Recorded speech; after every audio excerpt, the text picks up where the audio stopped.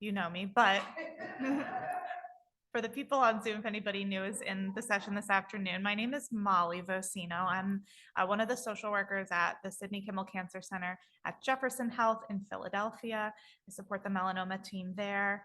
And we are going to go again quickly because this is definitely not enough time for all of self-advocacy and resource navigation, but I'll give you my best snapshot at how important this is, how to go about it, and some resources to keep in mind for ocular melanoma patients and families. So why is it important to be a good self-advocate as a patient, as a caregiver? You know, the current state of healthcare in the US is complicated. These are systems that are often not well designed, not well supported, have a lot of moving parts, and often patients that aren't able to speak up for themselves or that don't speak up for themselves can really fall through the cracks. For folks with ocular melanoma and other rare diseases that aren't as universally understood outside of the treatment team, this again creates disparities in a patient's ability to know what to expect, which can affect a patient's ability to know how to advocate for themselves. Being a strong advocate for you, for your loved one, can really help to promote empowerment, not only just in the area of your healthcare, but in other areas of your life. It certainly can help boost resiliency, which can translate to coping better with other challenges as it relates to your cancer diagnosis or other things. And certainly the ultimate goal is improving quality of life by improving the quality of your healthcare and success with management of your disease. So why is it difficult to advocate for yourself? This page could go on for a long time, but sort of in three different realms. Institutionally within the healthcare system, these systems, again, are often poorly designed. They have a super high volume of patients that continues to grow and grow and grow, even as the infrastructure for meeting those patient needs either stays the same or even sometimes gets smaller.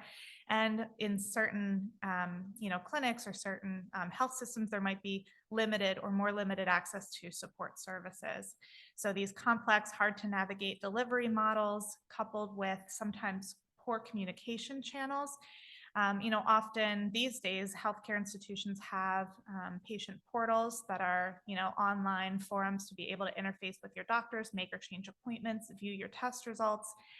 And while that sounds great and in theory is designed well, the actual application of those programs and the sort of consistency between medical clinics and how much or little they use those portals, how quickly they respond to those messages, how inundated those doctors are with patient messages, and the amount of time they're given and allotted to address them varies very, very much. Emotionally, it can be difficult to be a self-advocate for a lot of reasons as well. Certainly, mental health challenges, sort of big picture wise, can help to cloud self-determination, self-advocacy, self-assurance. Uncertainty around your prognosis or what to expect from treatment obviously can reduce your confidence in knowing what questions even to ask of your team. Managing anxiety and depression can very often leave less bandwidth and energy and confidence in care coordination. Anger and irritability, both very common and in some cases expected emotional courses when it comes to dealing with a cancer diagnosis, can definitely interfere with communication. Changes to your self-image or identity can threaten, again, your confidence in decision making. And certainly practically, life does not stop when you or a loved one gets a cancer diagnosis. So those previous roles and responsibilities, other family health issues that are coming up can, all demand attention and leave, less or little energy for you to be able to advocate well for yourself in your medical care. Certainly, there's a lot of hidden cost associated with having any kind of cancer diagnosis, but especially for ocular melanoma patients who are often traveling great distances to meet with their care teams, there's a high financial impact of this diagnosis, and that can certainly impact your access to the best care. And often when it comes along with metastatic disease, there could be a high symptom burden. So it's hard when you're not feeling physically well to stay organized, to stay confident, to stay practical when you don't feel well. So finding your voice, and this, leads a little bit from my last conversation with this group about talking about your diagnosis, but learning how to communicate with those around you about your diagnosis can boost your ability to advocate well for yourself. Finding the tone and the language to be assertive about your needs without being rude goes a very long way. And this can be really difficult. And we'll sort of get back to this idea in the heat of some of those frustrating moments, certainly when it's around you not feeling well, you being in a crisis situation when it comes to your health. Figuring out how to find your voice and being able to tell people what you need. First, being able to understand what you need, knowing yourself well enough to know what you need, and then being able to ask those around you and let them know what it is that you need. Because as much as we would love for the people in our lives to be able to read our minds, as much as we might think we can read other people's minds, we really can't. And so you have to say the words. Bringing a trusted support person to your appointment when you can helps you advocate better for yourself, because you're not relying solely on your own memory, attention span, and emotional bandwidth to take in and process all that information. And as we were talking about before, having somebody who you can review before the appointment. What is it that the goal, what are our goals for this appointment? What do we really hope to get answered? Having that person there for the appointment to help you take notes and ask questions, and then debriefing about that visit after. So vital and important to help make sure you're understanding, retaining, and processing all that information. And on that same line, bringing questions to your doctor's appointment, thinking ahead about what you want to cover. Those visits are fast. They go by very fast, and it's often just a barrage of information. And again, trying not to trust your memory, taking notes whenever you need to, speaking up, asking questions again if what has been explained to you seemed to go right over your head, or you weren't able to hear them, or you need it explained in a different way. And certainly not assuming anything when you can. Ask for clarification. I sometimes struggle with this personally in knowing, having the sort of authority to be able to let the person know that I'm not understanding what they're saying in that moment. That can be, sort of threatening to your self-confidence. But if you just sort of nod and say yes, and they assume that you're understanding, but you're not, you've missed an opportunity to really better understand what's going on. Certainly impossible to avoid Googling altogether. So I realistically tell people, you can't stop Googling when things come up. It's just this miraculous tool that's available, so easy to access. But what you read online may not apply to your case. It may be not reliable or factual information. So if you read something online that seems concerning, or even something that seems helpful or hopeful, you want to bring it to your doctor and talk about it with them and make sure that they can let you know if that's accurate or doesn't apply to you. So back to this idea of communicating during a crisis. When something is going wrong, when you're not feeling well, you're in pain, maybe you're in the emergency room, maybe you're checking in for a scan or an appointment and somebody has incorrect information, or you've misinterpreted the appointment time or location, and the person who's there with you is really not being helpful in helping you figure this out. There's so many different scenarios we can bring up. But in these moments, truly, the way that you speak to people, the words that you use, the tone that you use, the patience that you exude, it matters so much, and it makes a difference in the outcome. And this can be so difficult to control and to manage in those moments where you're feeling upset, you're feeling scared, you're in pain. So trying to lean into whatever sort of emotional resources you have to maintain that sort of calm and composed sort of tone, but being firm, advocating for your needs, not letting things pass by that are important and that people need to know. Trying to shy away from harsh language and raise volumes, which again is very difficult in the heat of the moment. Being thoughtful about what battles you want to wage during these moments, weighing the costs and benefits of letting your emotions dominate an interaction. Again, in the context of something concerning, this can be really hard to find the time and the space and the sort of composure to take a breath and evaluate what's going on. But some tips to help you sort of de-escalate in those moments when you might feel worked up, or you might feel like screaming at somebody, or you might feel like being rude or angry because you're not getting the outcome that you need. trying to take some deep breaths, pausing, finding ways to ground yourself in your body, feeling the feet in your shoes, your feet on the ground, reminding yourself of where you are, walking away for a few seconds and then coming back, being able to recenter yourself and recenter your intentions for the interaction when sometimes your emotions get away from you. And at the end of the day, remembering that healthcare is a customer service industry. And so all of the people that you're interacting with are human beings, and they are going to be affected by their own personal stressors as well. And that affects the way that they come to an interaction too. They make mistakes, they get annoyed, they let their personal problems affect their attitude just like the rest of us.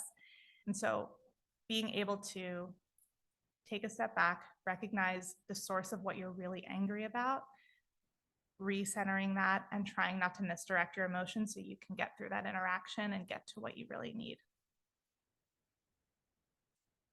Building a network of support is so, so important when developing yourself as a strong self-advocate. Seeking out people in your network who are trustworthy, who are organized, who bring value to the scenario, and who want to be involved. All of these features are important in setting up your network so that you can advocate well for yourself. Setting boundaries with people who want to be involved but might not be as helpful of a source of positivity or assistance. And if a person, again, I said this in my last talk too, if a person is not adding positively to your situation in a productive way, they do not need to be involved. And maybe that's not forever, but maybe that's right now. Figuring out who you can rely on for what in your network. And that doesn't have to be the same for everybody. It shouldn't be. Not everybody should have the same role. Everybody's got different strengths and weaknesses, and everybody's got a different amount of sort of bandwidth to be able to help you with the things that you need. And knowing the people in your life well in that way helps you advocate well for yourself. And again, similar to what we talked about this morning, rising above the guilt and asking for help. Rising above this idea that people should know what I need. Why don't people just know what I need? Sometimes, most times, you have to tell them. And finding strength in vulnerability, which can be really hard when you're not feeling well, and being vulnerable can feel scary and exposing and dangerous. So this, I think, is really important in the realm of self-advocacy, giving your team a chance to care not only for you, but about you. Telling them who you are as a person outside of your diagnosis. How do you spend your time? What's most important to you? Are there events or important milestones that you'd like to reach? Letting them get to know you as a human being, because they are one as well. Sometimes when I'm a little bit caught up in what's happening medically, it can calm and recenter me to just think, physicians are also just human beings who just read different books than I did, right? We're all human, and sort of bringing us all back to a similar level can help to break down that power divide a little bit too, which can make it hard to feel like you can advocate well for yourself. Knowing you better from a non-medical perspective will help providers align your care plan with your goals. So just some things that nobody tells you that you probably will all appreciate. Like I said before, having cancer is expensive. There are tons of hidden costs, and not just medical bills, but people find that their utility bills go up because they're spending more time at home, or maybe they're not able to regulate their temperature as much. So they're using their heat and their electric in different ways. They're maybe spending more money on groceries because they're trying to eat healthier, or there's only a certain amount of things that they feel they can eat, and those things might cost more money. Copays, medication copays, office visit copays, the list goes on.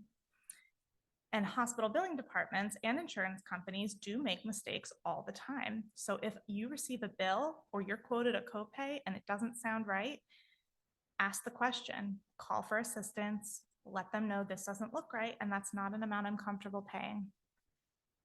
You can't assume that certain kinds of help are going to be presented to you automatically without asking. So if you're sort of caught feeling like, well, why didn't somebody mention this to me? Or just because somebody didn't mention it, maybe that means it doesn't exist. You can't make that assumption. Appointment scheduling is in most cases, I've seen the schedules and can tell you, more flexible than they tell you it is. Sometimes it's about saying the right thing to trigger them to be able to open up that secret spot on the schedule suddenly that's available. It's always more flexible than they say. You do often have some degree of control over how you receive your test results and notifications around that. So again, back to the electronic health record portal. In terms of managing anxiety around scans, it can sometimes be overwhelming when you get a ping on your phone and an email and maybe a phone call reminder. And for some people, they would prefer to wait to review their results entirely with their doctor. Or other people, they say, I want to know all the information immediately as soon as it's available, in which case all those notifications are helpful. But you have some degree of flexibility in customizing those notifications. And being able to communicate well with your provider about what to expect around reviewing results. Will I get a call from you before our next appointment to go over this? Will I need to wait to talk to you until our next appointment? If the results are bad, should I expect a call? If they're good, can I expect no call? What can I expect from you? And organization is everything so important. There are so many team members, so many different moving parts, phone numbers, addresses, clinic locations, especially for a lot of OM patients who are navigating care across multiple different teams, multiple different healthcare institutions that may or may not communicate well with each other. So knowing your care team breakdown, who's responsible for what, who can I call about my labs, and who should I call about my appointment, and being organized about that can be very helpful in maintaining a strong advocacy for yourself or for your loved one. So I'll pause there just for a second before we jump into sort of an overview of different resources that can be helpful within this diagnosis. Any thoughts, feelings, reflections, questions around self-advocacy? Yeah, Len.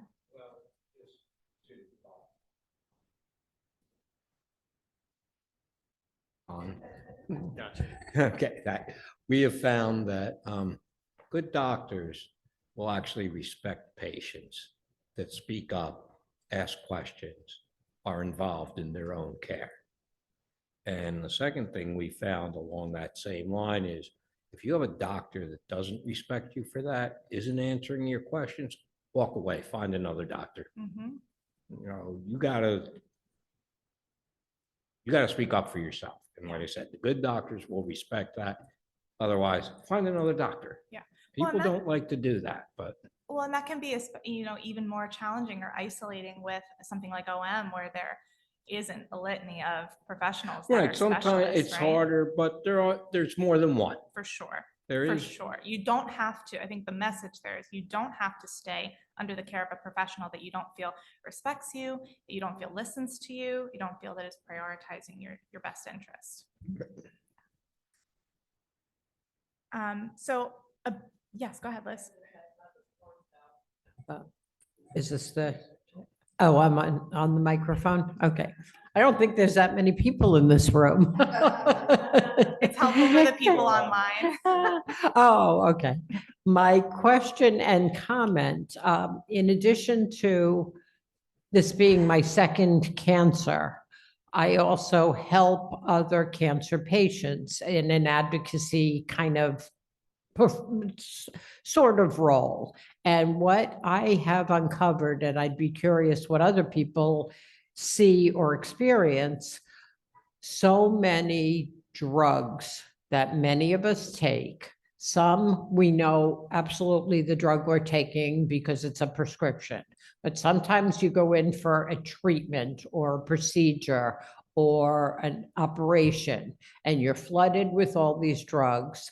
A few weeks later, I'm talking to people, or I've experienced myself, some crazy symptom that may be related to some counterindication of a drug. And when I go and Google those things and read every counterindication about every drug in the world, of course, there are hundreds of them. But what I'm seeing consistently or hearing about with my other cancer friends is so many of us experience pain when we go through chemo or radiation, and it'll be cancer in the eye, pain in the knee, cancer in the prostate, pain in the back, there's other pains associated. The first course of treatment for many professional physicians is to always give another prescription for a painkiller. Mm. Can you comment a little bit on that in a way that, how does one advocate, number one, that in some cases less is more, because you're talking to medical professionals who want to prescribe. And secondly, when I am talking to a friend or another cancer patient who's taking a swarm of medications and then has a swarm of side effects, how does one help them? Yeah, it's such a good question. And I think it speaks also to a larger issue within our healthcare model, which is that so much of the care is siloed and physicians have their blinders on, they have their specialties. They are commenting on what they know and what they are responsible for knowing, which isn't necessarily wrong, but it leads situations like that where they're not necessarily in the position to be getting to the root of your knee pain.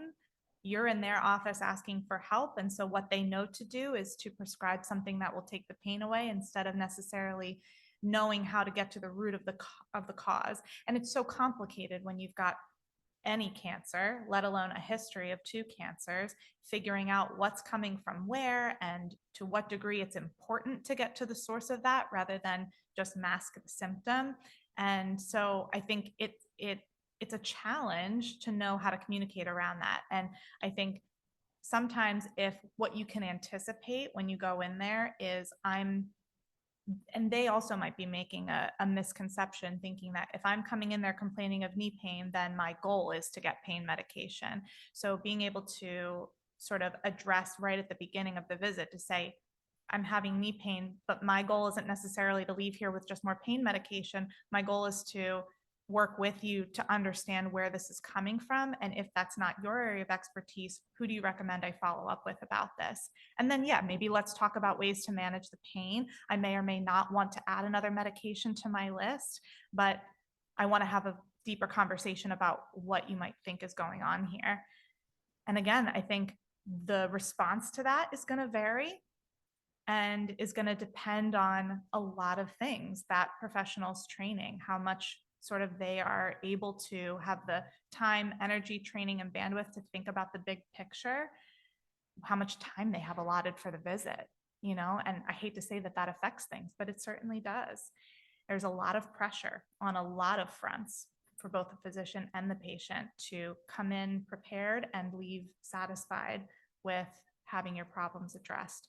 So I think it's about communication and, again, being able to maintain that composure when it is easy to get frustrated, but being clear and honest, sometimes even in anticipation of that, to say, this is the problem and this is where I hope we can go together. And I don't necessarily just want to leave here with more pain medication. Mm-hmm. I think the philosophy has changed from where it was, I'll say, when I was much younger, where they readily handed out pain medication, to today, where they look for other alternatives, physical therapy or things like that, first, right, before they go into the pain medication. The second thought there, though, is that when they see that you have a cancer diagnosis, that's where I think they want to make you as comfortable as they possibly can. Yes. And that changes the whole picture for them. Yeah, oncologists are definitely much more liberal with pain management, as they should be. Cancer is painful, right? But yeah, the contrast there and of course there are a lot of safeguards in place to help make sure that they're not exposing people to opportunities for, addictions to develop, helping to manage and maintain that, making sure that patients are not seeking out medications from multiple sources. There's all kinds of databases to help combat that and get support for people that might be struggling or that might have a history of addiction, but are now in a situation where they have to take opioid pain medications, and how to help them manage that. But you're right. I think the philosophy has changed a lot just based on what has happened in the world regarding pain management. And so, yeah, you sort of get that flip side. Maybe your primary doctor would be way more conservative and your oncologist is like, oh yeah, I'll write you a script for Percocet.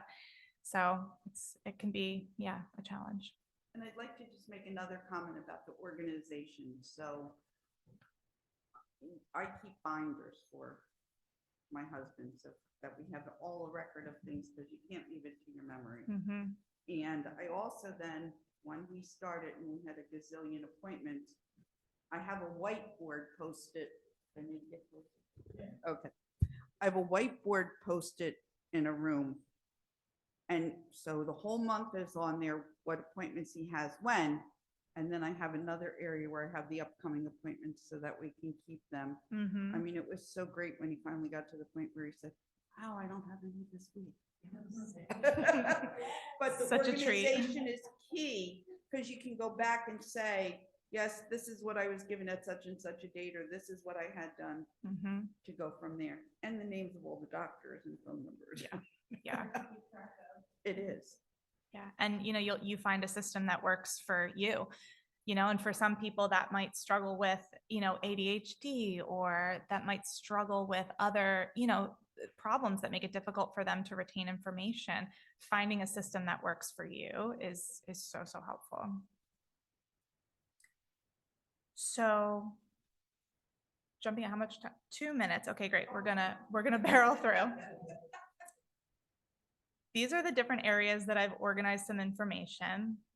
Seek out the recording later to take screenshots of some of this. And most of this is me reading through anyway. So in terms of financial assistance, there is sort of financial assistance that's directly for medical costs. And then there's often financial assistance that is meant towards household costs, more charitable organizations that have grants to help you with mortgage, travel, lodging. There's financial assistance available through hospitals directly and also through community organizations. So just a general tip, if you find that you're being billed for copays that are more expensive than what you can afford in the moment, ask your clinic if you can be billed for those. And then you can seek financial assistance through the hospital to help cover the accumulation of those billed copays. It's not going to be possible everywhere, but it's a good trick to ask. If you show up for a scan and they say $300, please, and you don't have it, you can ask. And medications, GoodRx and Cost Plus are two great national organizations. Again, there are disease-specific financial resources for melanomas in general. Some of these are for drug copays versus ocular melanoma specific. There are grants through Accure Insight, through my team at Jefferson, through the Ocular Melanoma Foundation. There are funds specifically for clinical trials and for those patients. So, what I'll say just as a blanket over top of this whole category of financial assistance, ask your care team, ask your social worker, ask for assistance. If you are overwhelmed with bills, either medical or household, non-medical, ask somebody for help. And in most cases, there is stuff that they can refer you to. For travel and lodging, again, ocular melanoma patients, we have patients from all over the world, all over the country that come and seek care. And so the flights, trains, gas, hotel stays, all of that, food when you're in town for those appointments, it all adds up rather quickly. So there are opportunities to track flights that you can anticipate once you know your treatment schedule and go ahead and book them when the price is at its lowest. There are programs where they donate flights or donate private planes or donate seats on commercial flights to help patients getting to medical care. Those are listed here. There are all sorts of lodging programs through the American Cancer Society or through local organizations to put you up at a lower cost than paying out of pocket for a hotel, as most major medical centers are in big cities and hotels are really expensive. Low vision is a topic that is not talked nearly enough about in the OM world, but for most patients, they have some degree of vision loss as a result of treatment of their primary tumor, whether it's, of course, through enucleation, immediately eliminating half of your vision, or a progressive loss of vision in your OMI after plaque treatment or proton beam. So there are a whole collective of professionals and services and resources geared towards helping people who have lost some degree of vision, but don't necessarily qualify as legally blind or full blindness. So those folks often fall through the cracks because though they're having trouble doing the things they like to do, reading, getting around, driving, playing sports, They don't know that there are resources that exist to help them learn different strategies, get connected to assistive devices, get connected to therapies like orientation and mobility training to help them live life as fully and normally as they did when they had full vision in both eyes. This website, aphconnectcenter.org, if you just Google Vision Aware, you'll get to it as well. They have a huge database for finding low vision clinics and resources in your area. You can also send an email to me and I can help you find resources. If you come to Philly for your oncology care, we have an awesome low vision clinic that I can refer you to. Liz has received excellent care there. So there's just a whole lot. If you're struggling with vision loss, definitely seek out additional support because it matters. Often in the oncology world, there are bigger fish to fry, and yet this really affects day-to-day life. So definitely ask about it. Thinking about how you share information with the people in your network, there are all sorts of tools to sort of consolidate your energy around sharing information, using social networking tools, creating text and email chains to share information. This is a whole hour-long talk alone, but lots and lots to discuss about how to navigate time off from work, whether it's, seeking out leave benefits that are afforded to you through your organization that you work for, or federal benefits. I don't even know how to briefly go over this, but talk to a social worker if you're having concerns about needing to take time off from work and you don't know where to start. And definitely look at cancerandcareers.org, wonderful organization that provides webinars and support and advocates to help you figure out how to have those conversations with your employer, how to fill in gaps on your resume if you're seeking a new job, how to explain absences from your work history, and how to sort of promote better success in your work life when you're living with cancer. Talk to your oncology team members. Basically, if there is a problem that seems not directly related to your medical care, but is somehow impacted by it, ask your doctors, ask a social worker, ask a nurse. They will connect you with somebody who can help. There are so many resources out there. Half the time, I'm out there Googling, finding things for people, and you can too if you don't have someone like me available to you. Seek out the folks in this network, this wonderful online support network that the MRF has created, the people that you meet at events like this. Chances are, if you're having a problem, somebody else has had it too, and they have figured out how to overcome it. And certainly if you are of age, you can always seek support from your county's area agency on aging. Sort of depends on where you live, whether those services start at 60 or 62 or 65, but they are a wonderful resource for support as well in living with a medical condition that creates a disability. And that's it. Thank you. Write down my email, send me an email. We can talk more about things. Thank you for your time. Thank you. Isn't she great? So Molly and I were social workers together at Jefferson before I transitioned over here to be Melanoma Research Foundation 1 year ago. So Molly and I have a long history of working together. So I always love to hear her speak and just watch how amazing she is connecting with patients. So thank you, Molly. We are going to cut off the recording for the next session, but it's still going to be virtually available because we're going to turn to our expressive arts, community building, and self-care session with Megan. So Megan, you tell us what you need us to do, and the floor is yours.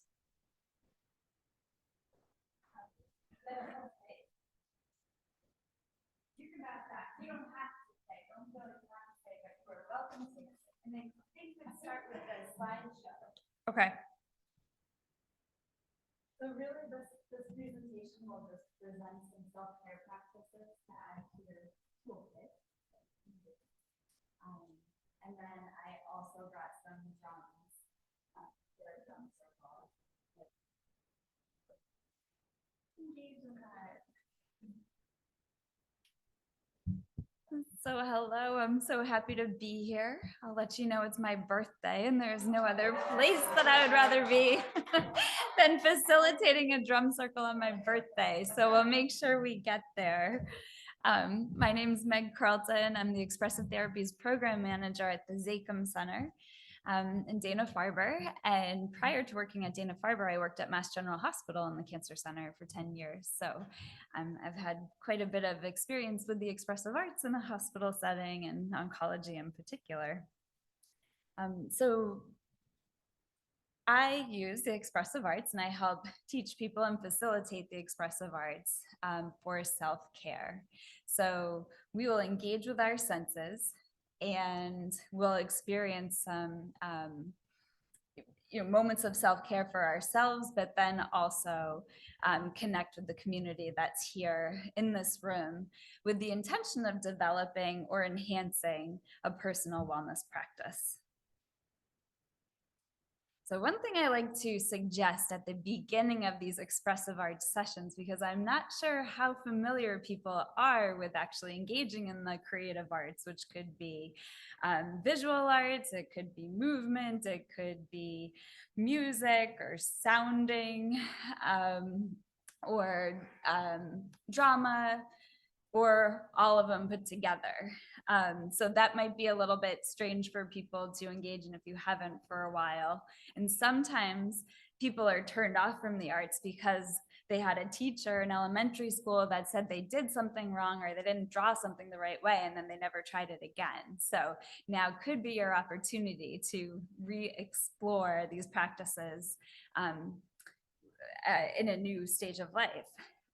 But what I like to suggest is that we approach these practices with self-compassion and mindfulness. And these practices can help people cope with stress, anxiety, and enhance quality of life. So self-compassion, just a quick review, is a practice that involves treating yourself the way you would a friend. And it includes 3 core elements, and those are self-kindness, common humanity, and mindfulness. So quite often when we're trying something new or we don't do something right or things don't go as planned, many people have a not so friendly voice that speaks to them in their head saying, oh, you always get this wrong, you messed up again, you can't draw, or you've got no rhythm. And that's not a very kind voice to have in our heads. So with self-compassion, we just suggest that you treat yourself as you would a friend, talk to yourself as you would a friend. You're like, oh, this is a little new, but it's okay to feel this way. This is hard. Separating yourself from your thoughts. I am not my thoughts. And if something's not working out for you, knowing that it's okay to take a step back. And mindfulness can be defined as awareness of the present moment experience with acceptance. And it requires noticing what's happening using all of our senses. And by doing that, we can ask ourselves, what do I need right now? And then we try to comfort and support ourselves as we would a friend. And we find that practicing with the expressive arts helps to keep us in the present moment when we're focused on something that we're doing using our senses. We're not so apt to get caught in the past or worry about the future. It helps us be in the present. All right, so right now I'd just love to facilitate a mindful moment of relaxation because we hold our tension in ways that we might not even notice. So I'd like to invite you to release your shoulders from your ears, unclench your jaw, and remove your tongue from the roof of your mouth.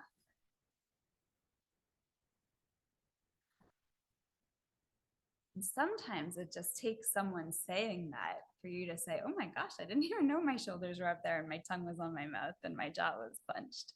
So just having these little moments that you can practice, that's really simple. And you can do that without anyone knowing that you're taking a mindful moment. So today our goal is to create a toolkit of intentional mindful moments that can be used throughout the day to regulate our nervous systems and provide outlets for relaxation and self-care. And I like this comic here because it's pretty accurate, I think. Like usually we take a break after we've already had a meltdown or things are really tough and we're really having a hard time. But if we can support ourselves and take breaks when we're feeling a little bit overstimulated, we haven't really gone to full breakdown yet. That's really helpful in regulating our nervous system and helping us with our wellness practice. So here's another little breathing exercise that can be really helpful, again, with regulating the nervous system.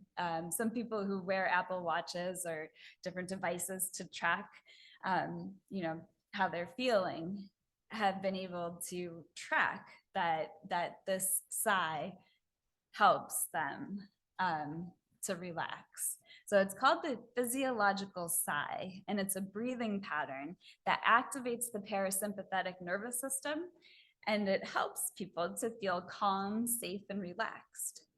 So I'll demonstrate first. I'll talk you through it the first time, and then we can all try this together, or at a time that works for you. So you inhale deeply through your nose, filling your lungs with air. And then you inhale again through your nose, and it's a quicker, shorter inhale. Then you do an extended exhale completely through your mouth.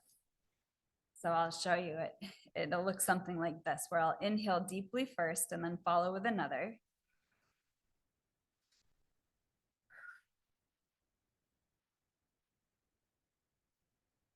And people find that 1 to 3 cycles of this breathing technique can make a noticeable difference. So I'd like to invite you to try that here. You can go at your own pace, or I can talk you through it. You inhale deeply through your nose. Inhale again. And exhale.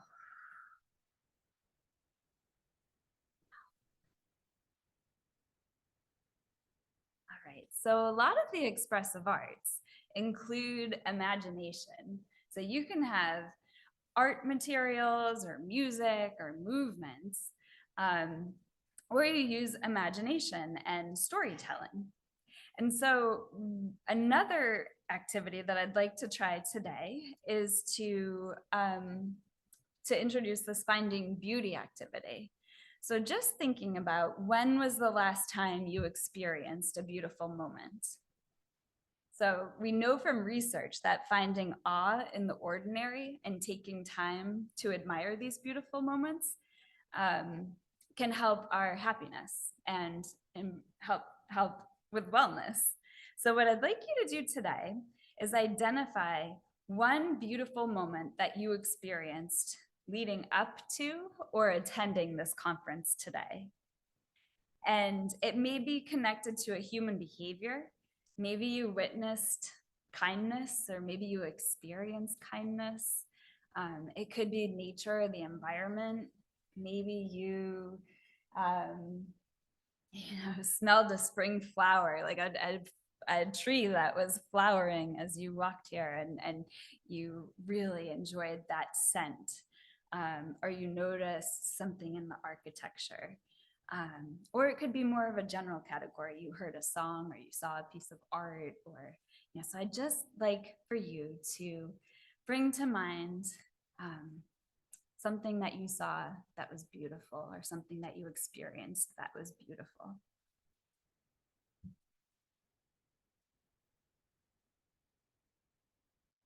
I'll give you a minute or two to just come up with that.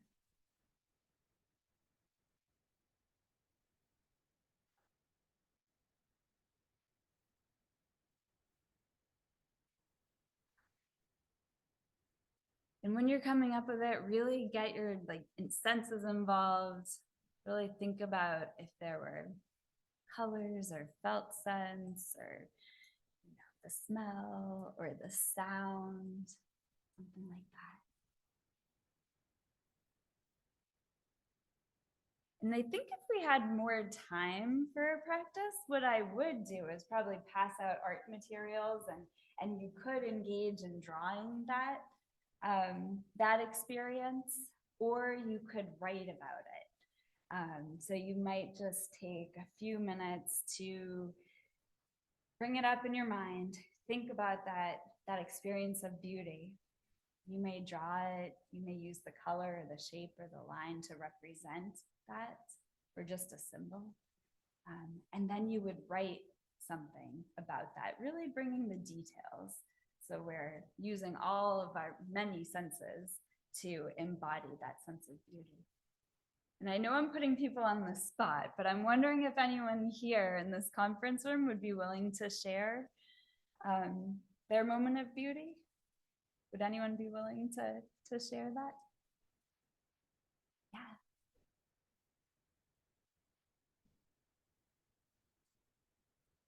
Believe it or not, it was when walked into this conference and we walked into the gallery out there.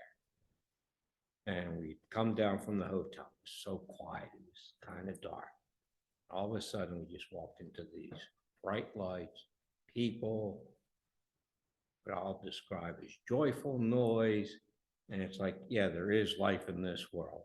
There are people that are out there. They seem to be enjoying it. They seem to enjoy being here, eating their food, doing whatever they were doing. And it's like, I didn't even think about it then. It wasn't until you brought it up and I started thinking back on it. It's like, yeah, that was a really nice moment. Just to walk into all of that. It's like I said, see the lights, the colors, the sound, the smell of the foods, all of it combined. Yeah. Yeah. Oh, I feel that as you're talking, I always respond to that. I'm like, oh, I got goosebumps thinking about that. That sounded like the way you described it was so full and detailed, and it just felt, lively and welcoming and colorful and like that energy, that felt sense of energy. Yeah. Okay. Energy. Life. Yeah. And I love what you mentioned, that you didn't notice it quite when you walked in. You had that experience, you were there. But then making this part of a practice to say, wait a minute, what did I see that was beautiful within these categories? That sort of helps with the framework. And you were able to pull that up and identify that. Nice. Anyone else? Did anyone else notice anything? I'm asking for us to share, because sometimes, it's really great to identify this within ourselves and to make it part of our own practice. But part of the beauty of a group is hearing everyone else's or other people's perspectives of beauty. And then you can learn from them or say, whoa, I didn't even notice that. But yeah, you're right. Actually, I sort of felt that way too, or my experience was similar. Yeah. I would. Yes. I took a walk after lunch, after I ate lunch, so that I'm very much an outside person, and I just started walking around the neighborhood, and there's a little community park up over here that's sandwiched between two houses, and it's the width of a house and the length of a house deep, and it's just one little community park, and you can just walk through it, and it's open, and it was just so refreshing from all the buildings after building after building and house after house after house to just have this green space, even though it's not huge. Yeah. And then the other thing I noticed when I was out walking is the tulips are up, and they are beautiful and massive and so beautifully colorful that it was just nice to see all of that nature for spring coming up. Oh. Yeah, and sharing that, I feel that I'm visualizing the tulips, and I didn't walk the same path as you today, but I'm seeing tulips in my mind. Like, And they're huge. yeah, and having that green space in the city, Yeah. and the architecture and the shape, and that's cool to notice that. Yeah, so notice that feeling when you're identifying what felt beautiful and how it feels in your body, and try to harness that, try to bottle that up. And so you can bottle that up so you can not only access it now, but then you can return to it later, especially when things are feeling tough or it's been a tough day. There are lots of days that are tough. And even within the really tough days, quite often we can find moments of beauty. Yeah. Anyone else have one more? Does anyone else have one more sense of beauty that you experienced today or leading up to here? Yes. I recently had, and I can't remember yesterday. Yesterday when we got out of the camp, like it was all of a sudden like fresh smell of honey stuff outside. And it's not a flowery smell every day. And it was just so distinct that I remember first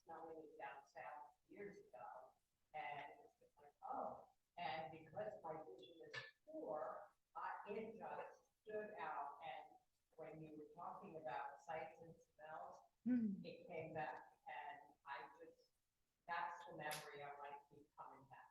The Yes. smell of honeysuckle. And it's sweet, but not too sweet. Perfect.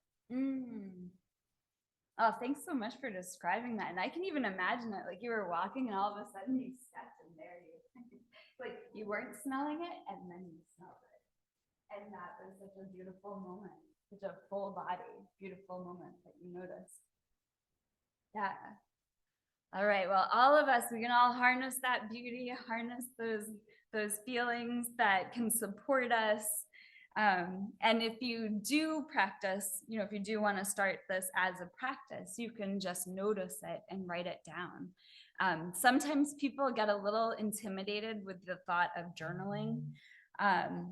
But the way I like to talk about journaling or finding beauty journaling is really just whatever works for you.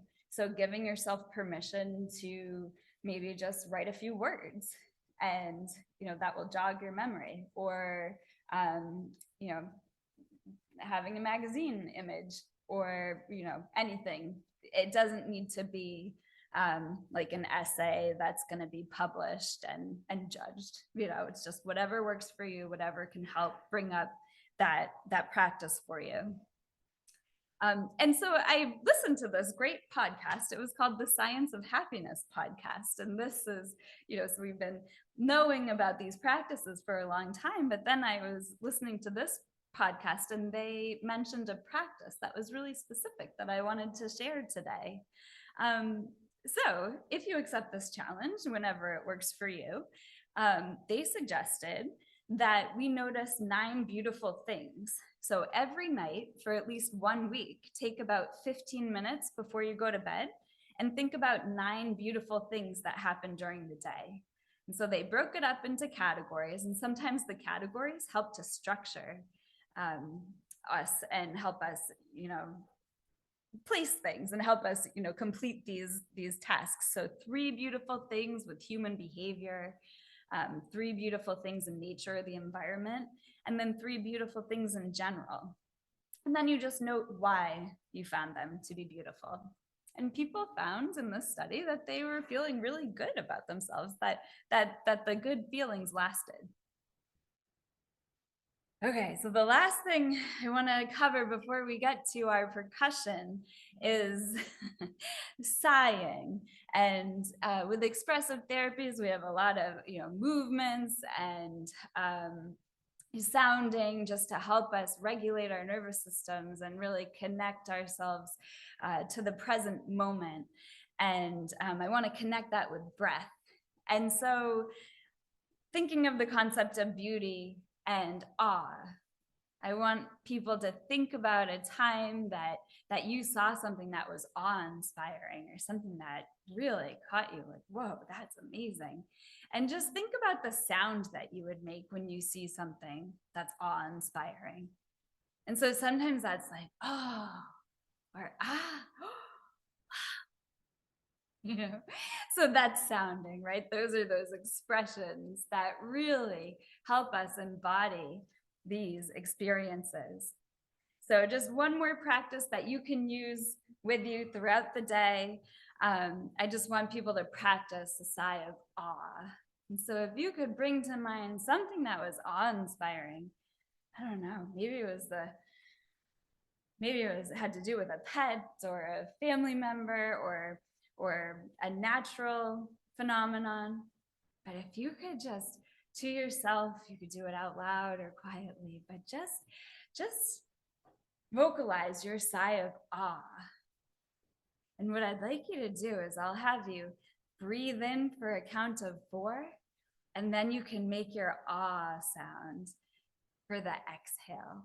And we try to have the exhale a little bit longer than the inhale. We find that to be very regulating, but you can just check in with your body. It doesn't have to be 4 and 8 counts. Like if it works for 3 and 6 for you, then go with that because you just want to check in with your body. So I'll have you conjure up something that was very awe-inspiring for you. Then I'll have you breathe in for about a count of 4. And exhale with that ah sound. Whoa. Whoa. And laughing. Laughing is good.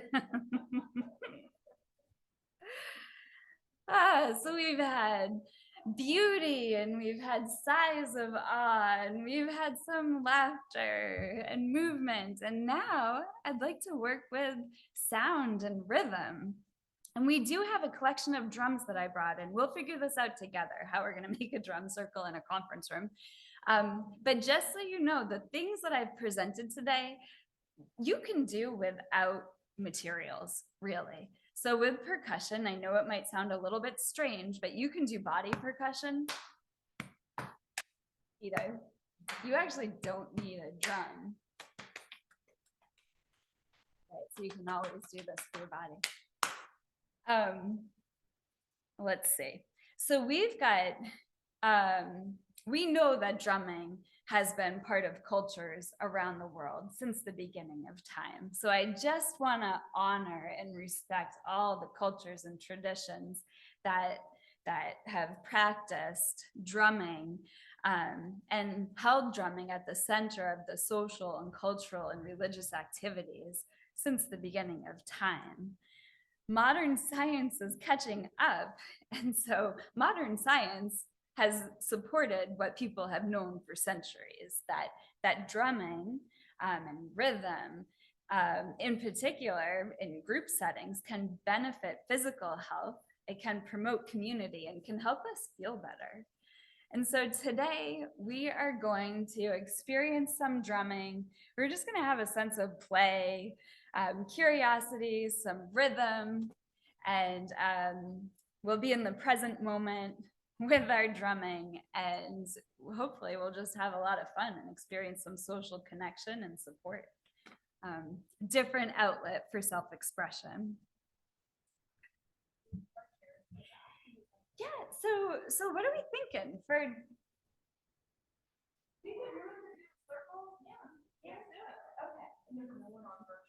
Okay, great. I didn't mention, I said body percussion, but I meant to also mention table drum. So we should bring our chairs over.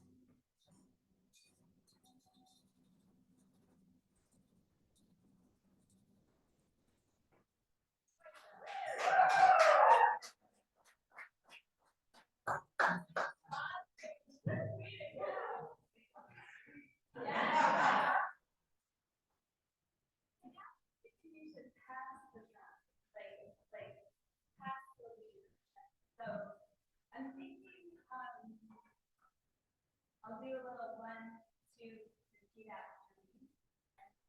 Start. And then I'll pass.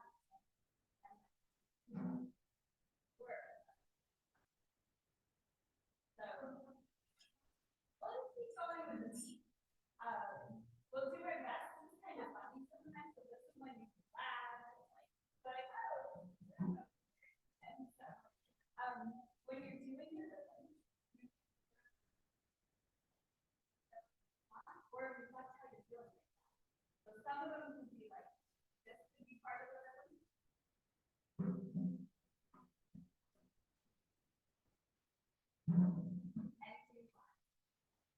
So I'm gonna get us started with this.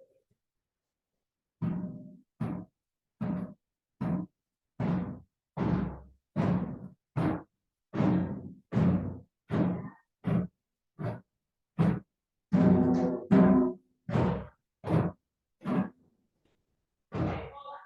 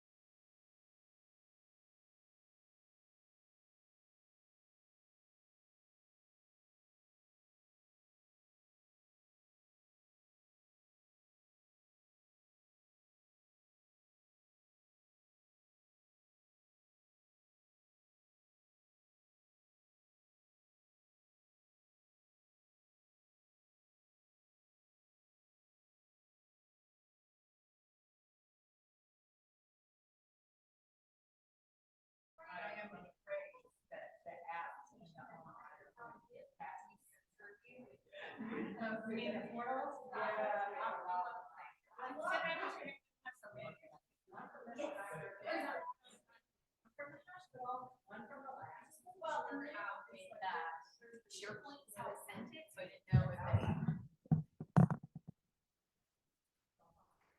It's mouse. Here it is. Slideshow.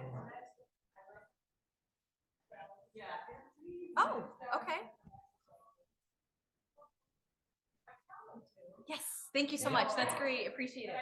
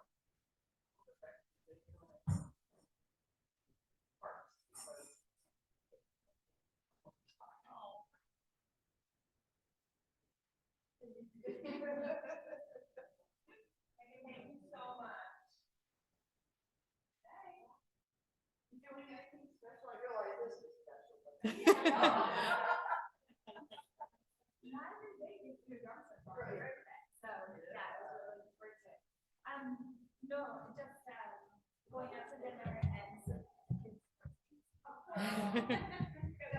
That's the Facebook I'm in right now, so we're shoving in dinner with me. Well, thank you very much. Yes. They keep you busy out of trouble. Okay, yes, sounds good. Thank you. And I was able to get the presenter out, so we're all set. Yes. That's very important. Yeah, sure. You turn the recording back on.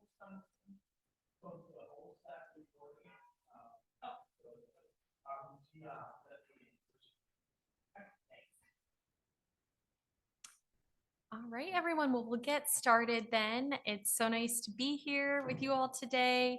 My name is Christina Conti, and I am the nutrition coordinator at Dana-Farber. There, I work specifically in the Zakim Center for Integrative Therapies and Healthy Living, and I'm a registered dietitian. So I wanted to start with our agenda today for our presentation. So we'll be looking at first where to find reliable oncology nutrition information. We'll talk about a few nutrition myths versus facts. We'll look at sources, and of course, any questions you have, I'd be happy to answer at the end of the presentation today. So I'm sure you all have experienced this. It can be very overwhelming to find accurate nutrition information online, or even to be able to tell what is accurate information. So I wanted to start just with a few suggestions as far as what you can do to find information that you know is reliable, as well as some sources that you may consider. So first off, when it comes to thinking about the source, ideally, we're looking for one that has a reputable web address. So generally .gov or .edu is going to be indicating that this is a source you can trust. .com tends to be a little bit less trustworthy, so we just want to dig further if that's the web address we find ourselves at. A few websites that I think are wonderful for getting information related to nutrition would be first the American Institute for Cancer Research, otherwise known as AICR, the National Cancer Institute, NCI, Dana-Farber Cancer Institute, and specifically within Dana-Farber, the department that I work in, which is the Zakim Center for Integrative Therapies and Healthy Living, we actually have our own website as well. And happy to send a PDF out. Miriam, I don't know if that's possible. If anyone would like the links to any of these websites later too. But I'll just highlight again, because I work in the Zakim Center, we have such a wide variety of resources on our website. We have presentations from monthly webinars that we put on. We have cooking demonstrations. We have a series on what to eat when you may be experiencing some side effects from treatment. We have a section on getting your top cancer-related questions asked too. And you do not need to be a Dana-Farber patient to access this. The only limitation is that unfortunately you need to be a Dana-Farber patient to enroll in any of our live over Zoom webinars or courses, but all of the content is available to you. And I know this is a nutrition talk, but we also have great content related to physical activity and meditation, among other disciplines too. So our website is going to be linked at the end of this presentation too, if you'd like to check it out. I also mentioned Cook for Life. That's one last website I'd recommend. There are more reputable ones, of course. These were just a few that I wanted to highlight. But if you're looking to find some new recipes or looking for inspiration, or again, looking perhaps specifically for recommendations for managing any side effects that you may be experiencing, they really break that down quite nicely on their website too. Another tip just to keep in mind, if a claim seems to be too good to be true, it probably isn't. If there's a recommendation to use supplements or cut out a certain food group, generally we want to use some skepticism as well. We also want to check the author's background. So does this person have the authority to be giving this information? What is their education? Just factoring that in as well. And then lastly, checking the publication date and seeing if this maybe article that you're reading, is it recent? Because recommendations can certainly change. Also thinking, has it been updated or reviewed, just to ensure that we're getting the most up-to-date information as well. Another resource I wanted to mention is the Continuous Update Project, also known as CUP. And this is a collaboration, I'm going to say, amongst the UK, the US, and the Netherlands, because I don't want to botch the pronunciation of the organization in the Netherlands. But they came together to create evidence-based prevention recommendations. But I'll note these recommendations are also applicable to those who have cancer or cancer survivors as well. And they are analyzing global research on how diet, nutrition, and physical activity affect cancer risk. And this is just a screenshot from their website, but you're welcome to, again, check them out for more information as well. But in general, the only true recommendations we really have before we get into the myths are that following a balanced diet is the best thing we can do for prevention and as cancer survivors to support our overall health. And these recommendations include maintaining a healthy weight, being physically active, having a balanced diet that is rich in whole grains, vegetables, fruits, and beans, limiting our consumption of fast foods and other highly processed foods that may be high in fat, starches, or sugars, limiting consumption of red meat, and trying to avoid processed meat as much as possible, limiting consumption of sugar sweetened beverages, limiting alcohol consumption, not taking supplements for the purpose of cancer prevention. For mothers, when this is possible, breastfeeding is recommended as well. And then after cancer diagnosis, again, implementing these just healthy eating guidelines to the best of your ability too. And what it comes down to is following these recommendations not only are applicable to cancer risk, but also when we think about other non-communicable diseases like heart disease, diabetes, following these guidelines tend to reduce our total intake of sodium and saturated fat, for example, too. Now that we reviewed some reputable sources to assess where your information is coming from and to ensure you're getting the most up-to-date recommendations, I wanted to go through the main feature of our topic today, which is looking at some common nutrition myths and facts and just giving you the facts on them so that you know what to take away. I'm sure many of you have heard this one before. This is kind of one of the most common questions that I get as a dietitian working at Dana-Farber. Does sugar increase cancer risk? And what I hear most commonly, which you may all have heard too, is that sugar, quote unquote, feeds cancer. So this is a myth. I will start with that, but I also want to just give some information on kind of why, why did this become such a talked about topic in the first place? So when it comes to any sort of carbohydrate that we have in our diet, all carbohydrates are going to break down into glucose, which is the fuel for all of our cells in our body. Now, sugar does not specifically target cancerous cells, but it does. Glucose does feed every single one of our cells in our body. So it's not furthering along a cancerous cell. That's just not true. And even if we were to cut out every bit of sugar, every carbohydrate in our diet, the fact is that our body is programmed to compensate for that. And we do store sugar, glucose in the form of glycogen in our liver. And also our body can make glucose from muscle and fat as well. So even if we were to cut out every single bit of sugar or carbohydrates in our diet, our body would still produce it as well.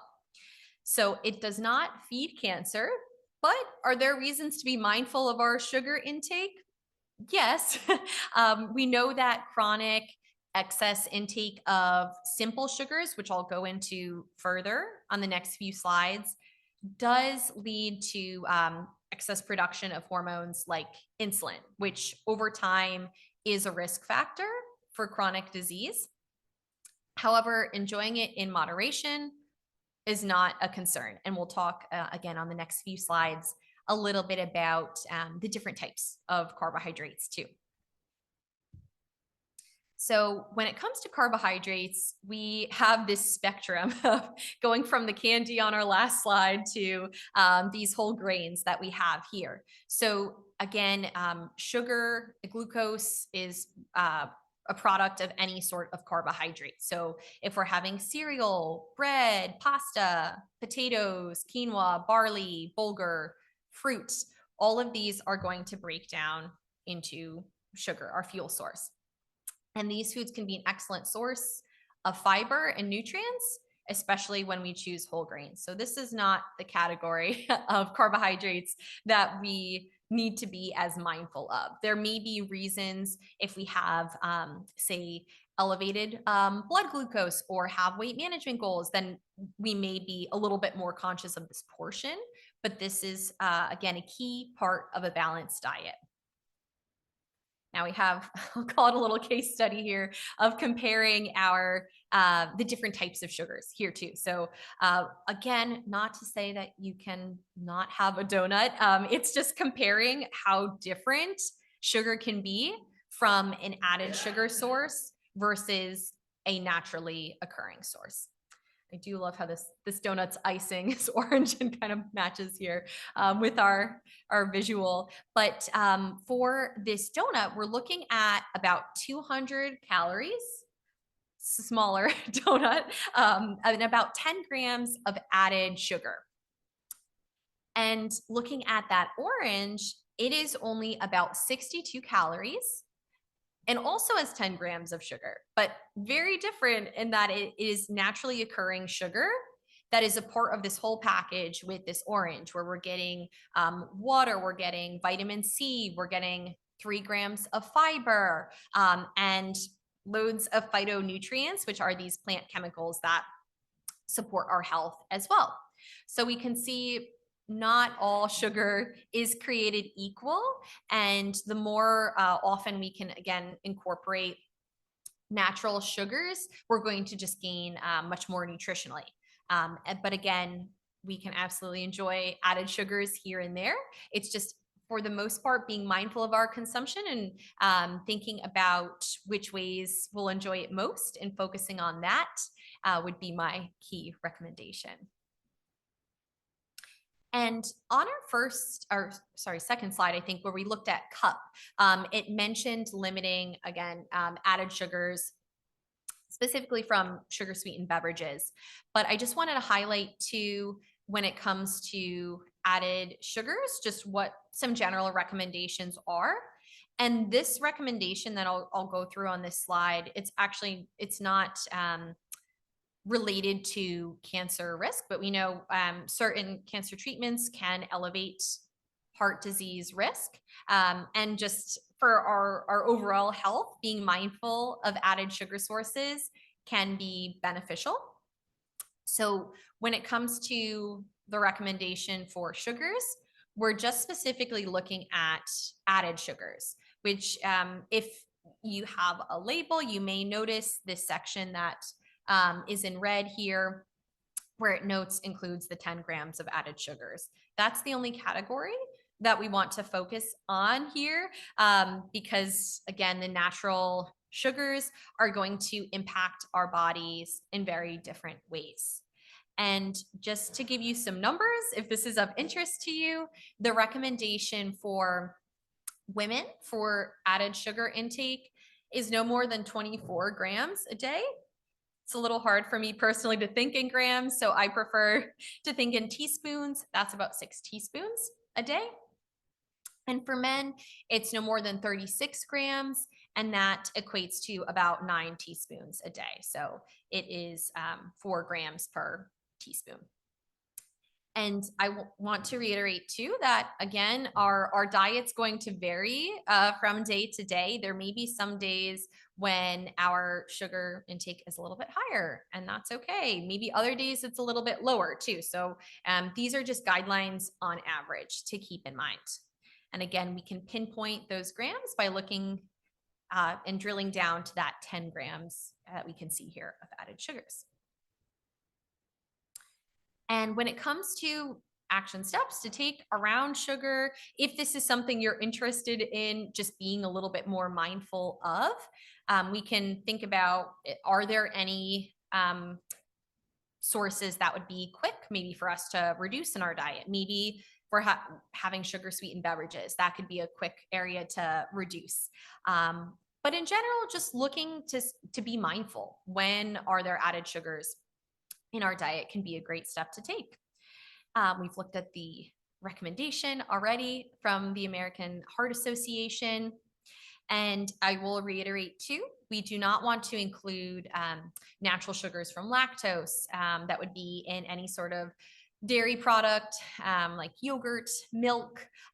Usually if you're looking at say a 5-6 ounce cup of yogurt, there's about 7 or 8 grams of lactose, natural sugar in that product. And that's totally fine. Again, when we're having this natural sugar with the fiber, and in the case of the dairy with the protein, that really affects the response that it has on our blood sugar.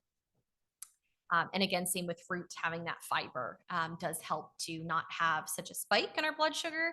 And also, as a result, doesn't have as big of an impact on our insulin response to bring that back down. We can also consider too, are there any swaps that maybe make sense for us if we really like to bake? Again, use your judgment. If this isn't an area you want to focus on, that is totally fine. But maybe we can try adjusting the amount of sugar in a recipe. Oftentimes we can have a very minimal difference in taste just by slowly titrating that amount. So that could be something to consider if you enjoy baking, or perhaps using natural sweeteners like maybe some bananas or applesauce in a recipe too. And again, it just notes at the bottom here that when we do have a sugar source with fiber and or protein, that does blunt the response of our insulin as a result of having just a lower spike in our blood sugar. All right, and sugar, as I said, that's kind of the most common topic that comes up. So I really wanted to provide some guidelines on that.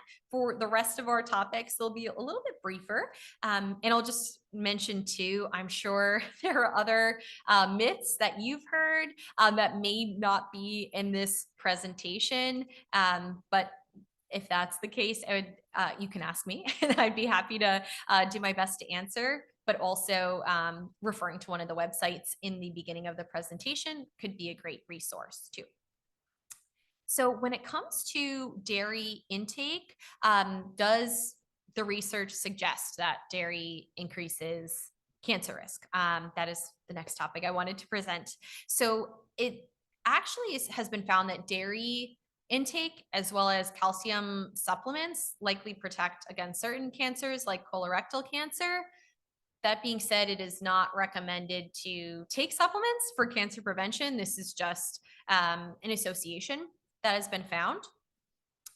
Excess calcium intake, which generally tends to happen through supplementation, may increase the risk of prostate cancer.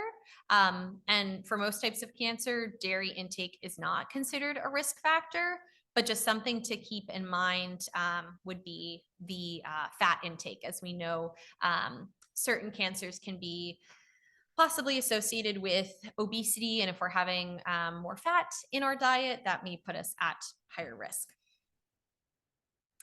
So as far as dairy goes, ways to incorporate it into a balanced diet would include choosing low fat or fat-free, depending on maybe the product you choose and your taste preferences. And this is stemming from the fact that dairy contains saturated fat, which is the type of fat that is linked to increasing our unhealthy LDL cholesterol. So that is the one that is linked to elevating heart disease risk. So that's where that low fat or fat-free recommendation stems from. And I will just note with dairy too, if possible, looking to choose a plain version where we can add, like in this photo, our own fruit or maybe nuts, seeds to it to enhance the flavor. Sometimes when we see low fat or fat-free products, in order to make the product taste better, sugar or sweeteners can be added to that when there's less fat, which does add flavor as well. So again, you're welcome to pick and choose where added sugar kind of best fits in your diet based on just what your preferences are. But starting with plain and doctoring it up can be a great way to add flavor without adding added sugar. It also could be a consideration to try fermented dairy products like like a Greek yogurt or kefir.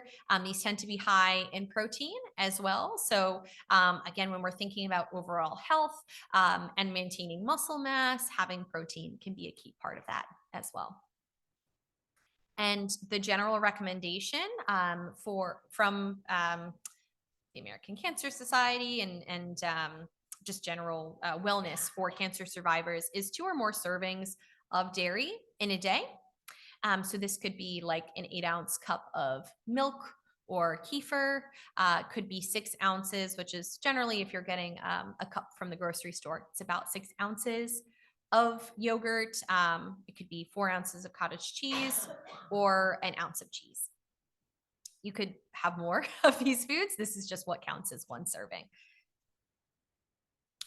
Next, for our myth or fact, we have soy. Does soy elevate cancer risk? This one is maybe second to sugar as far as top questions that I receive. When it comes to soy, it is not linked to increased cancer risk. In fact, having soy can really be a part of a balanced diet, specifically if we're looking to eat more plant-based and get more protein in, such as edamame, tofu, tempeh, or soy milk. There isn't as much research on the impact of a more concentrated soy source, like a soy protein bar or a soy protein shake.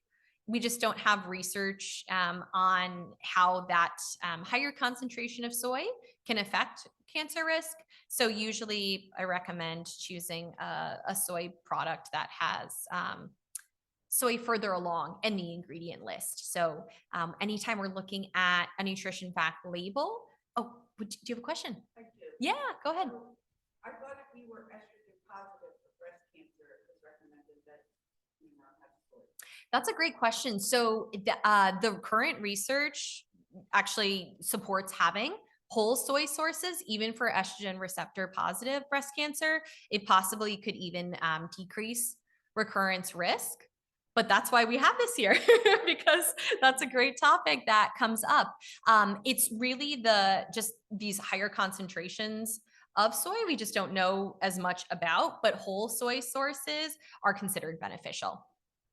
Yeah, great question. Thank you. And if you're looking at a nutrition fact label, for those of you who don't know already, the labels start listing ingredients that are in the highest concentration.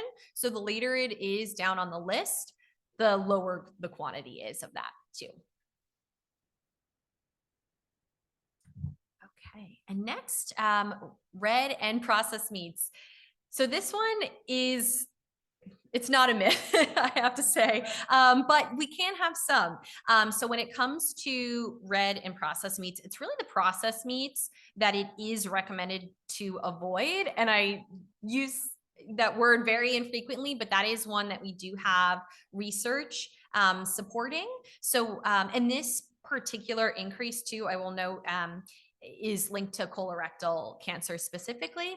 But when it comes to this, thinking about processed meats like ham, salami, bacon, sausage, hot dogs, smoked cured meats. That's not to say that having this one time is a concern or very infrequently, but we just want to avoid it as much as possible. But I wouldn't be concerned if you have it, here and there. As far as red meats go, that recommendation is actually more liberal. So it's to limit red meat consumption to 3 or fewer servings per week. And what would be a serving? It's a pretty wide range, but less than 12 to 18 ounces, and that would be cooked. And you can figure whenever you're cooking meat, it's going to shrink by about 25%. So this is for a cooked portion. So that would include beef, veal, pork, lamb, mutton, goat.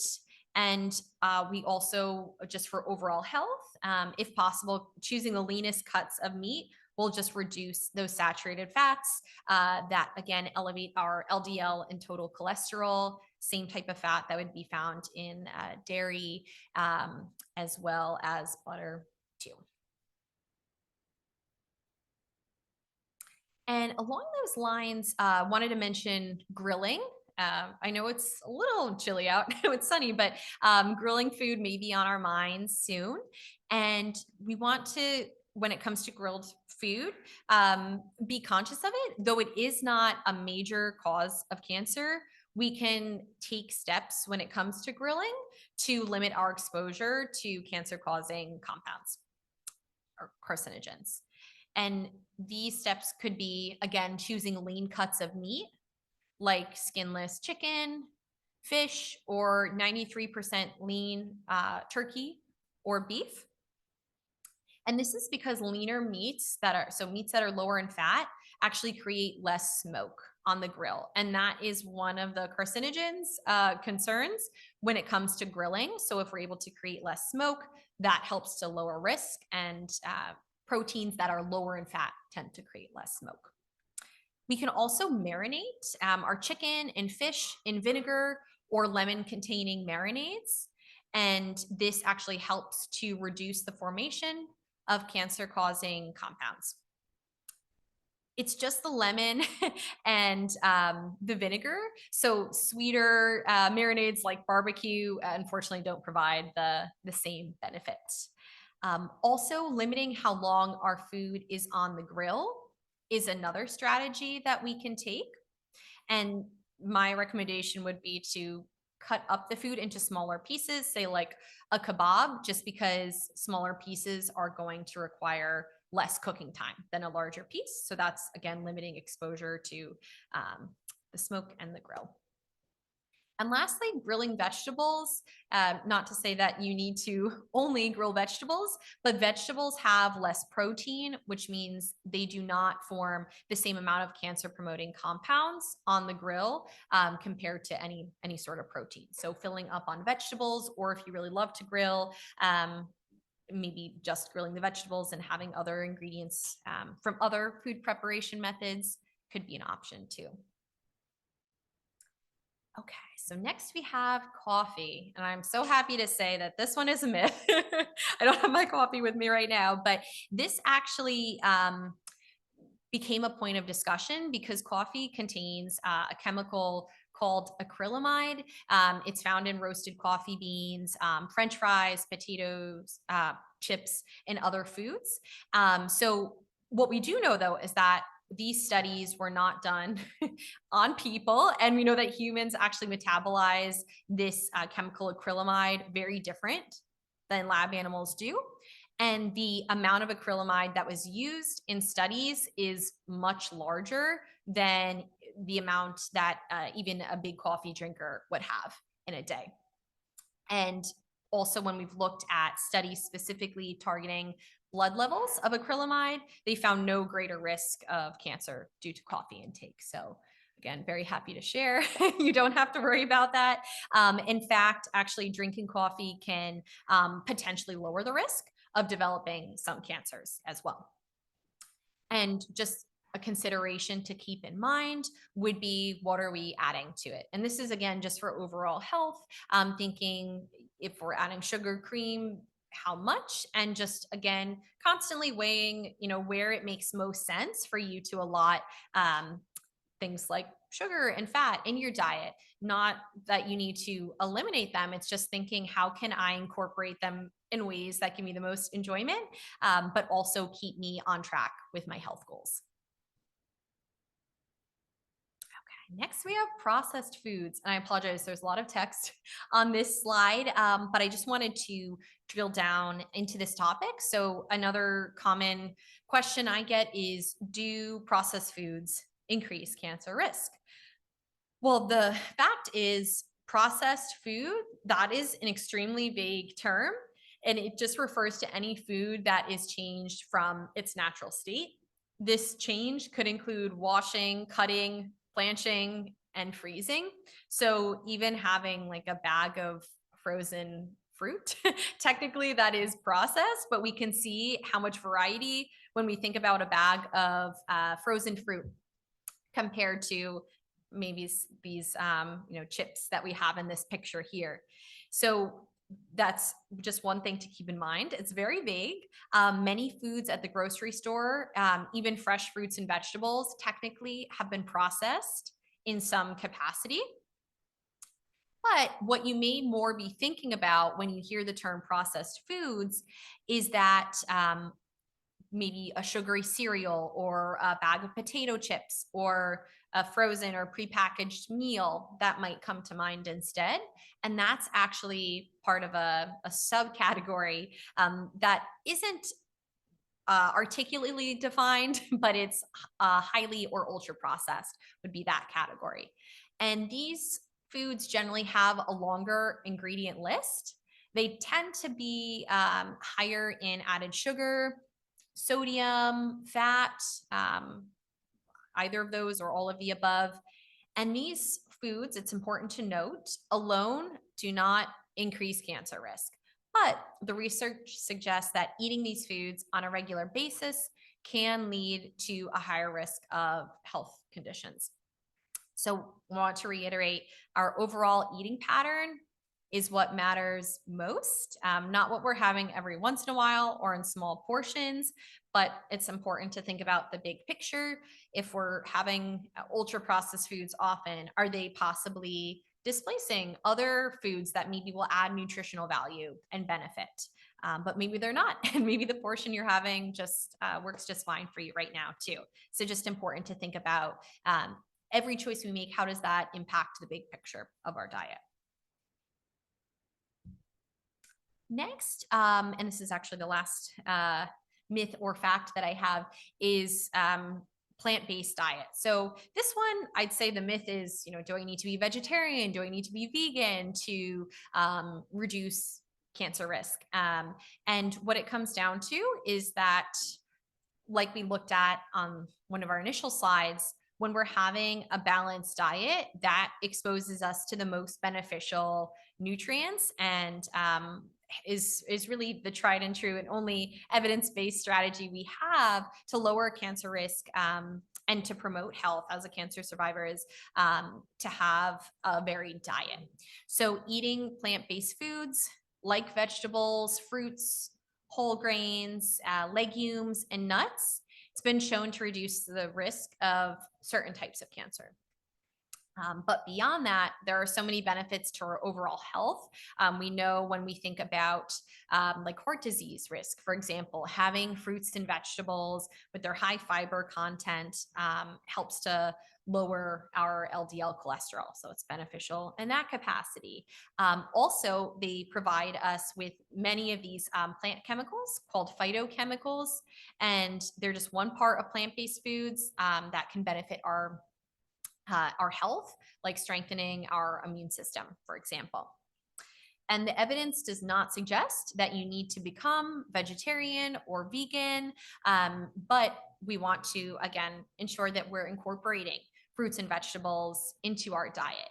And the general recommendation is to get 3 servings of vegetables in a day and 2 servings of fruit. Yeah. Sorry to cut you off. No, please go ahead. The 2 servings of fruit, like I feel like I've heard that can, like if you were to have like orange juice, that counts as serving. Yes. So great question. And I think that's a really valuable one to consider as well. So yes, when it comes to fruits, that would be a cup of 100% juice, 100% fruit or vegetable juice, a medium like whole fruit or a cup of fruit. But depending on your health goals, juice may fit fine if it's 100%. If we are finding that, our blood sugar is something that we need to monitor, it's not going to have the fiber that the fruit has. So if we're looking to incorporate more fiber, that is going to be lacking. However, it is a natural sugar source, but one that just depending on our particular goals may or may not fit as well too. Thank you. Yes, no, that was great to bring up. As far as vegetables go too, when it comes to vegetables, a serving is 2 cups of leafy greens if you're having like a salad, or a cup cooked or raw. It used to be a half cup cooked, but now the number has increased so to 1 cup cooked or raw, or if you're having like something like a V8, like a vegetable juice, that would count as well. But again, thinking about what else we're gaining with the food, which is kind of similar to like the topic of supplements too. We can gain these nutrients separately, but when we have them in a whole food, they just work in different ways and can be better utilized in our bodies as well. So in conclusion, balance is key. Again, we're looking to just have a varied diet. I know that sometimes we're looking for a little bit more than that there's, one thing that we can do or one thing that, is best to avoid. But the fact is, we know when it comes to the benefits from from our diet. They really come from just having a variety. And I'm curious, has anyone here seen the My Plate before or heard of it? Some notes. Yeah. Great. So this is now what was formerly the food pyramid. Now we have this plate graphic, and the idea is that half of this plate, or 50% of your meal, is low starch, vegetables, and fruit. A quarter of our plate being lean protein, and another quarter of our plate being our starch. So ideally, at least half the time, that starch is a whole grain, but it's okay to have some grains that are not whole grains. Just when we can choose the whole grains, we'll gain more fiber and vitamins and minerals as well. So that's kind of a graphic you can think of, and I apologize that I didn't put it in the presentation, but you can always search that as well. And again, in general, thinking to limit processed meats, red meats, and added sugars in areas that we feel like maybe aren't adding as much value, that we can reduce in our diet if that is a goal of ours, whether it's to maintain a healthy blood sugar, to promote heart health, or if we have weight management goals. That's just something to consider too. Yes, go ahead. Can you comment on the term superfood? Yes. Why did they change? Are they no longer super? And how super is super? And specifically, there's a new legume category that is a new superfood. Oh. Unfortunately, I am not aware of that new legume category, but I appreciate you sharing that. I'm definitely going to look into it. And yes, superfoods, such a great topic. I actually did a presentation on Wednesday on superfoods. So the challenge with superfoods is that it is not a regulated term. They do have a definition in the Merriam-Webster dictionary, which is essentially that this food in a part of a balanced diet can promote more health benefits than if we were to, say, separately isolate those nutrients on their own. But there's not one list. When I was preparing for that presentation, I found countless lists online from reputable sources. But I think a big piece of a superfood that I found is that it kind of has a lot to do with marketing as well. So if we look at, some research that has been done, it can be helpful to look at who maybe supported the research as well. Not to say that it's not valid, but there may be, there may be some bias that isn't, as evident if we're just to, read an article online. So thinking about how, we can have these studies come out, and then basically just the way the world is on the internet today, a food can go viral, and it can be, thought of as, having this particular benefit, which is probably true, but there's no one food that can prevent or cause any sort of chronic condition. So I think it's just that we have research over time that is looking further into these benefits. But with superfoods, my recommendation is just that the more variety we can get in our diet, the better. Because if we're focusing on, one superfood, that's great. But if we're just having, say, that one vegetable, then we're missing out on the other benefits that we may gain from others. So that was a long response, but it's really kind of a marketing thing. And I think when we're having a wide variety of colors in our diet, that is going to allow us to gain access to many vitamins and minerals that superfoods would contain too. Oh, pulses. Okay. Yes. Thank you. Yep. So pulses. Yeah, right. I know two versions of that term. Yes. Yes. So the pulses, yes, that's just a subcategory. And I'm sorry, I can't remember off the top of my head, but it's just one is in a pod. That's the only difference but it is a subcategory. of them. So I think with those two, again, it's just like pulses have been around, but are they getting, attention right now, which it sounds like they are. But I think that's great to incorporate. When I look at lists of superfoods, I see things like chia seeds, berries, acai, yes. Yeah, exactly. Yeah, yeah.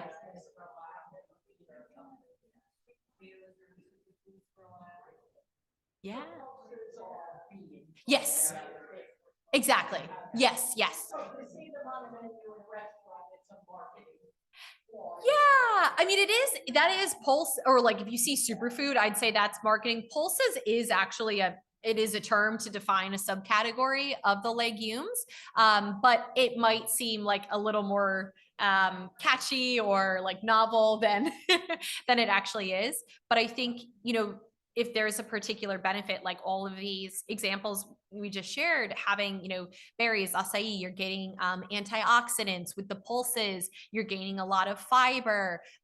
With pumpkin, you're getting like vitamin A, vitamin E, you're getting different nutrients kind of in higher quantities in those foods. Yeah, go ahead. I have a comment and a question. Yes. First one was thank you for this. I know we were talking about we're outside and like very big on intuitive eating on a personal level and like with my patients as well. So I really appreciated you presenting this in a very like non-black and white way, in a very like flexible way. And then my question is, in terms of like food dyes, are those correlated or associated with like an increased risk of cancer?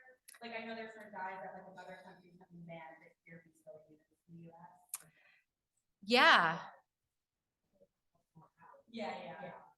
Yeah, great question. So there isn't a dye that I like, that as far as, these recommendations go, that I feel like we have enough research on to, tell people to totally avoid. That being said, I think it's fine to avoid them if, if that's your preference. And I think when we're looking at, kind of more processed foods too, that's probably going to be, generally they're going to be in these foods that maybe are, again, a little bit higher in like salt, sugar, fat. So I think if we're reducing our intake of those foods overall, naturally we'll have a safer intake. So great question. I'm sorry I don't have a specific recommendation, but I haven't seen any research that we're applying in my practice as far as dyes, just other than limiting highly processed foods in general. First, here and there is recommended. Yeah, go ahead. So speaking of highly processed foods, now Can you pass her the mic? we pass it. Yeah. So speaking of highly processed foods, we now have no bacon, no sausage. Right. So what is your recommendation for replacing them? Yeah, great question. So, and I think that that brings kind of like a broader conversation too. I think, when we're when we're talking about, processed foods too, like there are, when it comes to meatless options, like when we think about the pulses, that is a natural, not saying you should have pulses with your breakfast, but, there's this spectrum where we have kind of these highly processed alternatives to sausage and bacon, and those are likely lower in saturated fat by comparison, but still maybe a little bit high. I think like if you do really love bacon, like maybe turkey bacon would be my recommendation over the pork. But otherwise thinking, what else could we maybe think about that could work for us for breakfast? It may not, replacing that may not feel satisfying. So is there, something totally different that we could switch that up with? I'm guessing, but would you have eggs with those already? Yeah. So maybe thinking like that's part of the protein, but we're having eggs already, in that meal. How could we round that out more so to include a variety of food groups, or maybe thinking, what are some other options where I could still have protein, whether it is, with the eggs, or maybe doing like yogurt, cottage cheese. This would be lower in protein, but having like some nuts, seeds, something like that. But the closest replication, yes, I'd say turkey, or I haven't done this in a while, but if anyone likes tempeh, you can make tempeh bacon, which that is a fermented food. Generally, if anyone has gluten intolerance, generally it's gluten-free unless it has grains added to it as well. But if you want to get creative, I know that requires a lot more time than opening a package, but that could be an option too. And Miriam, go ahead. Yeah, and I guess my question would be that, like, for that question that Lisa asked, could you do it in moderation? Like, say instead of having bacon every day, you choose one day a week, or like one weekend that's like your treat. Yeah. Would you say that would be appropriate? Yeah. So I would say, again, with the processed meats, the risk associated with that is associated with, having a higher quantity of those meats. So with processed meats specifically, the link with colorectal cancer is that it's 50 grams like a week is associated with a 16% increase in colorectal cancer. So having it like less often would help. So again, I don't want anyone to feel like having bacon every once in a while, if you really, enjoy it, that's okay, but really saving that for special occasions. The red meat in general, we have like more flexibility. That safe quantity is pretty high to stay within during the week. I sent a picture of your slide about the hot dogs to my husband. He loves hot dogs. Like every time we go to the grocery store, he reaches for them, and I'm like, Absolutely. Comfort food from his youth. I'm like, you got to grow out of this hot dog thing. So he took the slide and he adjusted it and sent back saying, eat hot dogs for every meal. But I was gonna say, I mean, in theory, like in practice, I would say I love to eat healthy foods, or people love to eat healthy foods, but we know that it takes more time, it's more expensive, and it's not as convenient. So what would you say to someone who, goes into their kitchen and they want to have a healthy meal, but then they see the bag of chips and salsa, for example, asking for a friend. And it's just the easier choice. Yeah. Than cutting up a whole salad and taking everything out and it becomes messy and whatever it may be. What would you suggest? Yes, definitely. So great question. I have a few thoughts on that. One is that I think setting yourself up for success and doing that prep, ideally before we feel, the snack cravings coming on, is best. So usually what I recommend depends on your schedule and your routines, but if you can dedicate some time, it might not be immediately after you go to the grocery store, but maybe the next day, to have your vegetables, fruit cut up, or take, if it's financially an option, to like get something that's pre-cut, or even like baby carrots. I love, to get those. As long as you're not compromised, you can have those, out of the bag and dip them with the hummus. So I think having other options available is so important. Not to say that you can't have the chips and salsa in the house, but great example of that is so much easier than cutting something up in that moment. So why would we, open the fridge in that moment? I have a friend that says her food prep, she's been working on it a while, works best to do it on a Tuesday night. Everyone told her to do it on the weekend when you have a long time, spend all Sunday getting ready to cook meals for the week. She said, I don't give up my Sundays. I didn't want to give up my Saturday weekend. But she does it on, I think it's Tuesday night. She takes stuff out and cuts up her celery or whatever, it's all in the fridge. And then it's easy to cook with, everything. Her beans are clean, her strawberries are clean. But she does it in the middle of the week, in the evening for an hour or so. Yeah, I love that. And I appreciate you sharing that, because Yeah.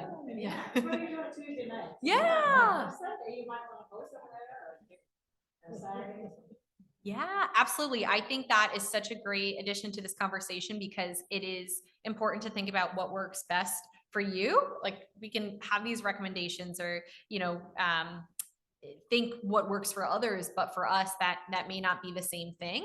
And again, it may be doing the prep, or it may be having foods that are just as convenient. Like maybe we have some, again, not probably satisfying the crunch or saltiness, but maybe we have yogurt, string cheese, or, you know, even having salsa. I think we could have something much higher in fat, you know, compared to salsa. So I think, you know, thinking about our goals there too, and what works for us.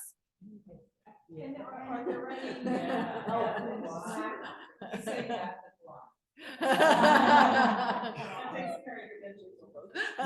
Yeah.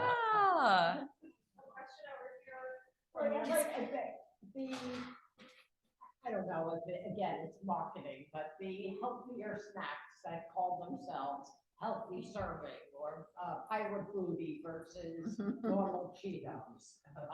And you know, of course, a lot of it is a taste. I love those Bada Bing bean. Oh, yeah. crisps. Number one, they're expensive though, and when you really look at the ingredients, there is a lot of fat and salt. So am I really fooling myself that I'm getting this healthy alternative? Great question. So I would say, at least with that choice, I haven't looked at the label, but it sounds like you'd be getting fiber. So that's something, you know, from it. But yeah, I think that's great to compare labels, because you're right. A lot of marketing terms that we'll see, they're not regulated too. So we can be convinced that something is maybe has more of like a health halo, if anyone's heard that term, where, you know, we think it's healthy, it's advertises, but maybe isn't the most nutritious. So I think just comparing like the back of labels, if you do have, you know, the time to do that in the store or online. But I think generally, you know, comparing like the, again, depends on your goals, but maybe your goal is to, you know, support heart health. So we're looking at less saturated fat and less sodium. Maybe we're looking to, you know, feel more satisfied or get, you know, whole grains in, maybe something with more fiber would be our goal then. But I think on the whole, like, I mean, I think starting with something that is bean based, like that's great. I'm thinking of, if anyone's had like roasted chickpeas, also expensive in the store, but you can make them on your own as well. And that could be like something if you're looking for a crunch. Popcorn, kind of hit or miss, but you can find one that is lower in fat. Whole grain crackers, like not to name specific brands, but like Triscuits, Wheat Thins, seeing that 100% whole grain is actually quite important if you're looking to increase whole grains in your diet, because whole grain itself without that 100% just means there's at least half the grains are whole grains. So kind of depends on what you're looking for. But yeah, I think you could absolutely get a snack, and it's unrealistic to say we wouldn't ever have like a packaged snack there too. We enjoy them, and they, you know, there's a place for them. Maybe if that portion that's recommended isn't as satisfying, maybe that's when like we think, what else could I add to this to round it out a little bit more too? All right. And I just wanted to note too, well, we've gone through questions. This is our ZACM website. Again, anyone is welcome to check it out. The presentation I did on superfoods is probably going to be up next week on the website. So you're welcome to check that out. But we're working to, we actually just redid that website too. So we're looking to constantly update it with new recipes. If anyone is a Dana-Farber patient, you're welcome to sign up for an account. I'm so sorry that it's only limited to Dana-Farber patients, but there's so much that you can access just on the website that we have on demand. And again, if there's any other kind of modality that you're looking to explore, we have a lot of really great on-demand content with exercise, meditation, Tai Chi. So lots to explore on our website too. Thank you.